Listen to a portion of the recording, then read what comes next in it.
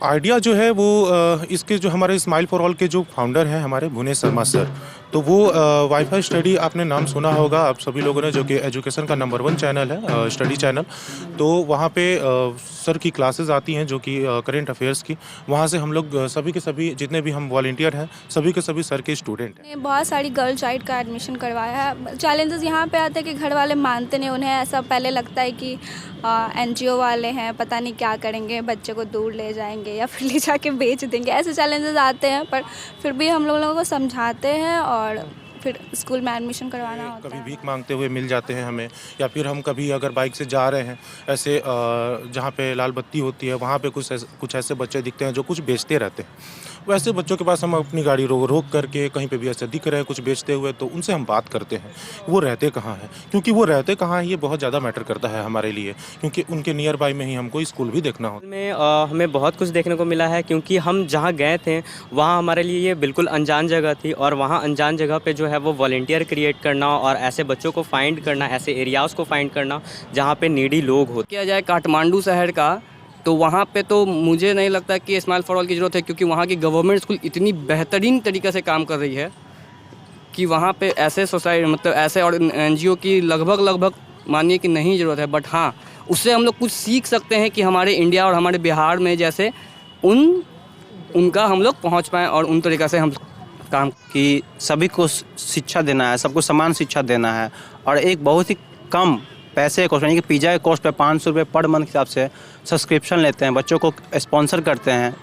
तो हमको ये प्रोग्राम बहुत अच्छा लगा, इसलिए हमने इनसे जुड़ा। और बात मैं यहाँ पे ये ऐड करना चाहूँगा कि अगर आप जॉब करते हैं, अगर कहीं से भी आप अर्न कर रहे हैं, तो हमारा ये मानना है और आपका भी कहीं ना कहीं ये थिंकिंग जो है वो होगी ही कि जो अगर आप कहीं ना कहीं से जो भी अर्न कर रहे हैं तो वो समाज से ही अर्न कर रहे हैं। तो हमारा ये दायित्व है, हमारी ये लायबिलिटी है कि हम उस समाज से लिए पैसे को कहीं ना कहीं समाज में ही खर्च करें। तो आपका ज़्यादा अमाउंट जाएगा नहीं, केवल 500 रुपीज़ दे करके हम एक बच्चे को स्पॉन्सर कर सकते हैं, एक बच्चे को पढ़ा सकते हैं।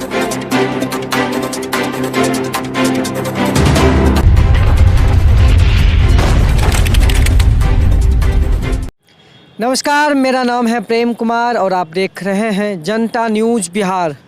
इस वक्त मेरी मौजूदगी ऐतिहासिक गांधी मैदान पटना में है। हमारे साथ जो शख्स मौजूद हैं स्माइल फॉर ऑल के मेंबर हैं। स्माइल फॉर ऑल आखिर क्या चीज़ है, अगर एनजीओ है किस प्रकार से ये वर्क करते हैं, ये सब जो प्रश्न हैं बहुत सारे हमारे जो दर्शक हैं, बहुत सारे दर्शकों का कमेंट आया था आखिर स्माइल फॉर ऑल आखिर है क्या, इनके ये वर्क किस प्रकार से करते हैं। आइए मैं इनसे जो बिहार के जो ऑनर हैं, बिहार को जो लीड करते हैं, हमारे साथ अंकित दुबे जुड़े हुए हैं, मैं सबसे पहले इन्हीं से जानकारी प्राप्त करता हूं। अंकित जी, बहुत बहुत स्वागत है आपका। Thank you so much. और एक बात मैं यहाँ पे बोलना चाहूँगा कि ऑनर नहीं या लीड करना नहीं, मैं कोऑर्डिनेट करता हूँ टीम को, और हम सभी के सभी यहाँ पे वॉलंटियर हैं, और यहाँ पे मुझे एक रिस्पॉन्सिबिलिटी मिली है जो कि कोऑर्डिनेट करने के लिए यहाँ पे।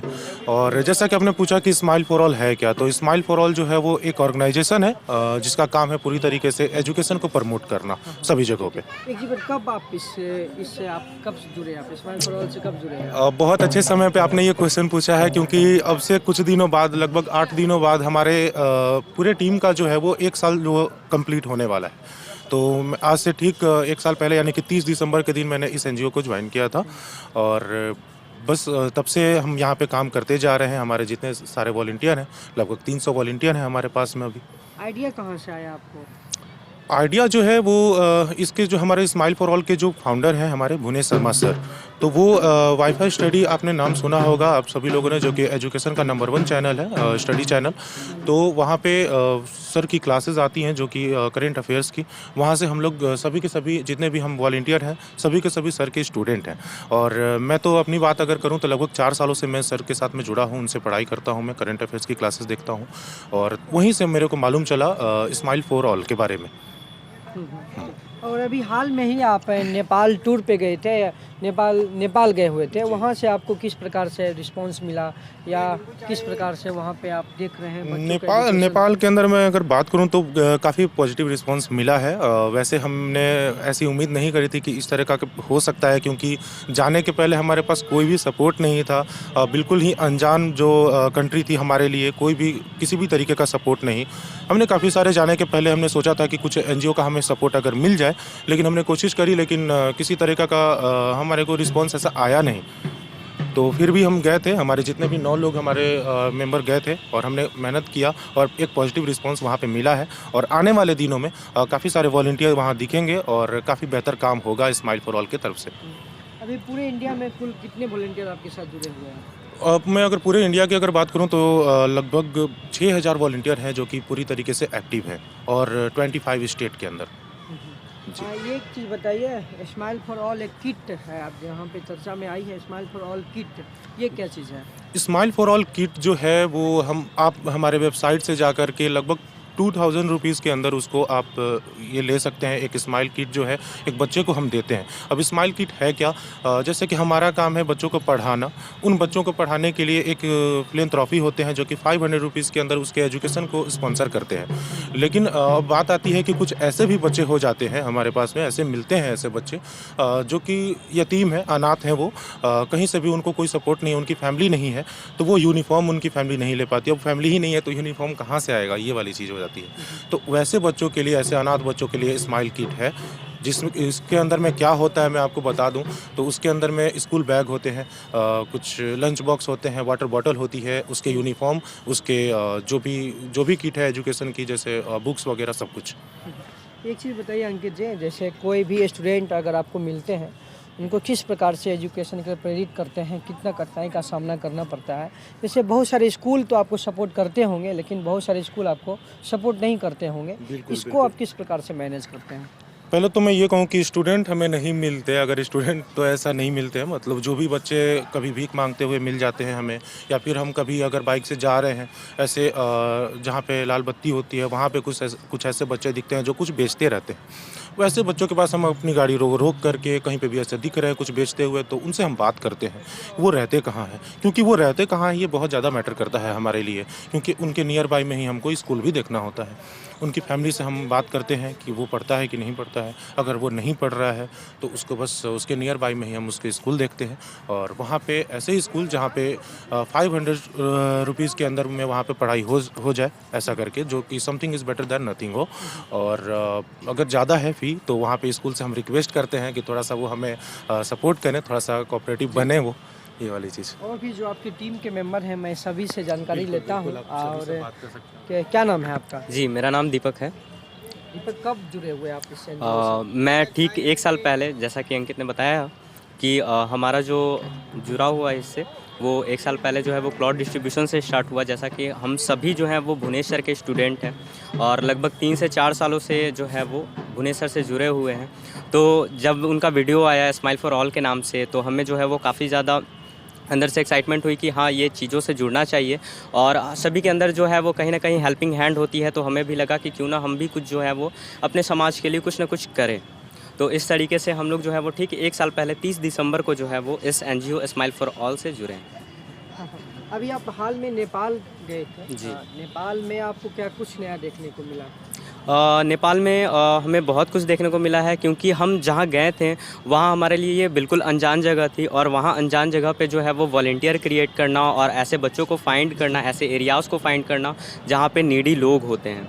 तो हमें जो है वो शुरुआत में तो सपोर्ट नहीं मिला, लेकिन वहाँ के लोग काफ़ी कोऑपरेटिव थे, और वहाँ के कुछ एनजीओ, जैसे 1-2 एनजीओ से हमारा कांटेक्ट भी हुआ जो इसमें हमारा मदद भी कर रहे हैं।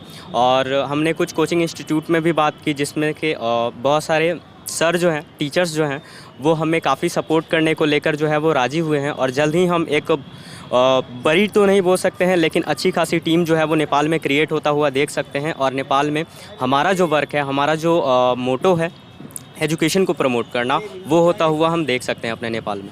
जी, धन्यवाद हमसे बातचीत करने के लिए। क्या नाम है आपका? मेरा नाम पल्लवी है। पल्लवी, आप क्या करते हैं आप?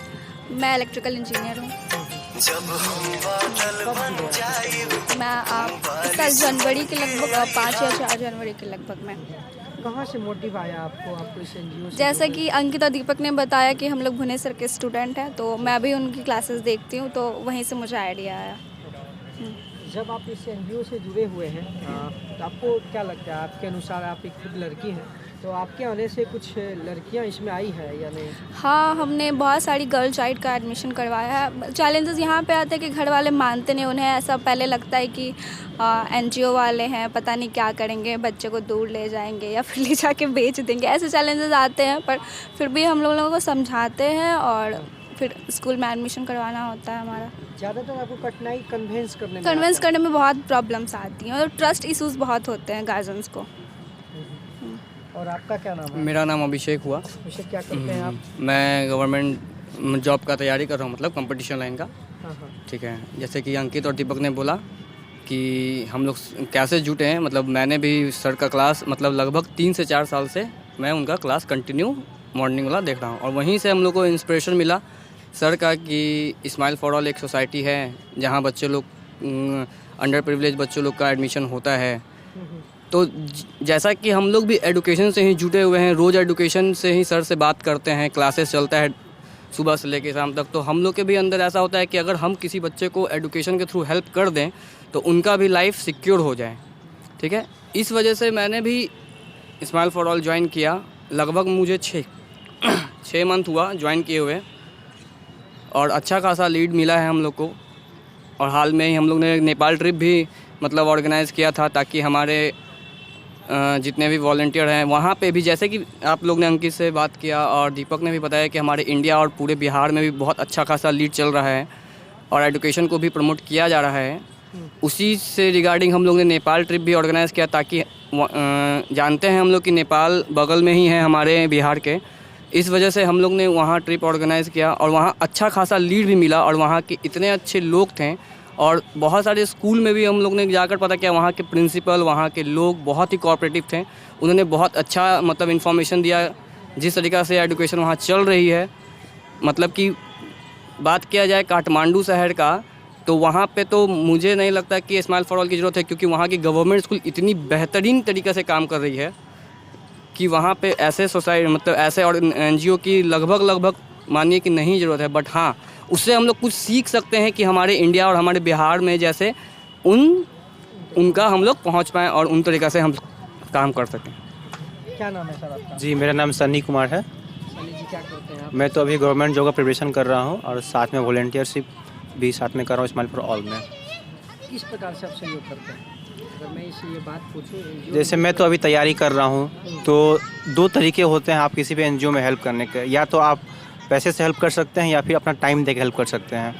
तो जैसा कि आप जानते हैं कि लॉकडाउन के समय सारे क्लासेस बंद हो चुकी थी, उस समय सिर्फ वाईफाई स्टडी चैनल थे, और सर का जो चैनल था मतलब उन्होंने ही फ्री में एजुकेशन प्रोवाइड कराया हम लोगों को, और हम लोगों ने उनसे यही सीखा कि जैसे वो फ्री में हम लोग एजुकेशन देख रहे थे, हमें ये सीख मिली क्यों ना हम भी जो हमसे छोटे बच्चे हैं या जिनके पास पैसे नहीं है, जो स्कूल नहीं जा पा रहे हैं, तो क्यों ना उनका भी हम लोग सहयोग करें स्कूल तक पहुंचाने में। तो जैसे ही कि कोरोना का लॉकडाउन थोड़ा ख़त्म हुआ, तो उसके बाद हम वॉलंटियरशिप लिए स्माइल फॉर ऑल में और जुड़े उनके साथ, और जैसे जैसे उनका जो भी काम हुआ उनमें सहयोग करते गए। उनका एनरोलमेंट से लेकर शाम को ट्यूशन देना हो गया, या फिर जो भी कम्युनिकेशन हो, सर्वे करना हो, तो उन सब चीज़ में हमने हिस्सा लिया। और ये सब हिस्सा इसलिए ले पाया क्योंकि हमारे सर ने काफ़ी हम लोग को प्रोत्साहित किया कि इसमें जुड़ने के लिए, और जुड़ने की इच्छा इसलिए अंदर से हुई क्योंकि आजकल जितने भी काम हो रहे हैं सब चीज़ में आप जानते ही हैं अधिक पैसे लग रहे हैं। लेकिन सर का ये कहना है कि हम लोग जो भी पैसे कमाते हैं सोसाइटी से ही कमाते हैं, क्यों ना उन पैसों को सोसाइटी में खर्च किया जाए और सभी को एक इक्वलिटी प्रोवाइड किया जाए। तो उनका जो मोटो था कि सभी को शिक्षा देना है, सबको समान शिक्षा देना है, और एक बहुत ही कम पैसे कॉस्ट यानी कि पिज़्ज़ा के कॉस्ट पे 500 रुपये पर मंथ के हिसाब से सब्सक्रिप्शन लेते हैं, बच्चों को स्पॉन्सर करते हैं। तो हमको ये प्रोग्राम बहुत अच्छा लगा, इसलिए हमने इनसे जुड़ा। एक चीज़ मैं भी अपने दर्शकों से ये अपील करना चाहूँगा, अगर आप समाज को बदलना चाहते हैं तो सबसे पहले एजुकेशन पे आपको काम करने की आवश्यकता है।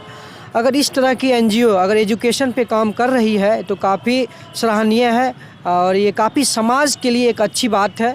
और मैं भी अपने चैनल के माध्यम से उन तमाम प्रिंसिपलों को और जो भी चेयर पे बैठे हुए हैं, जो सरकार में हैं, मैं उन तमाम अपील करना चाहूँगा, इस तरह के एनजीओ को आप लोग सपोर्ट कीजिए, ताकि इस तरह के एनजीओ आपके समाज में आकर आपके समाज को बदलने की प्रयास कर रहे हैं।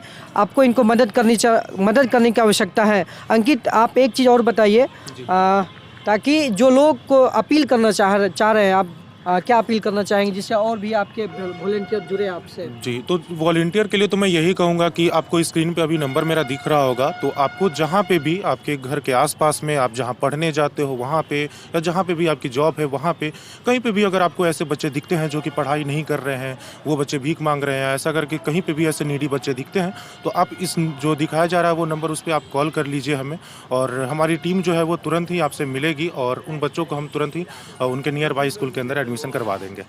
और एक और बात मैं यहाँ पे ये ऐड करना चाहूँगा कि अगर आप जॉब करते हैं, अगर कहीं से भी आप अर्न कर रहे हैं, तो हमारा ये मानना है और आपका भी कहीं ना कहीं ये थिंकिंग जो है वो होगी कि जो अगर आप कहीं ना कहीं से जो भी अर्न कर रहे हैं तो वो समाज से ही अर्न कर रहे हैं। तो हमारा ये दायित्व है, हमारी ये लायबिलिटी है कि हम उस समाज से लिए पैसे को कहीं ना कहीं समाज में ही खर्च करें। तो आपका ज़्यादा अमाउंट जाएगा नहीं, केवल 500 रुपीज़ दे करके हम एक बच्चे को स्पॉन्सर कर सकते हैं, एक बच्चे को पढ़ा सकते हैं। तो बस एक 500 रुपीज़ बहुत बड़ी अमाउंट नहीं है। प्रेम भैया, आप समझ रहे होंगे इस बात को।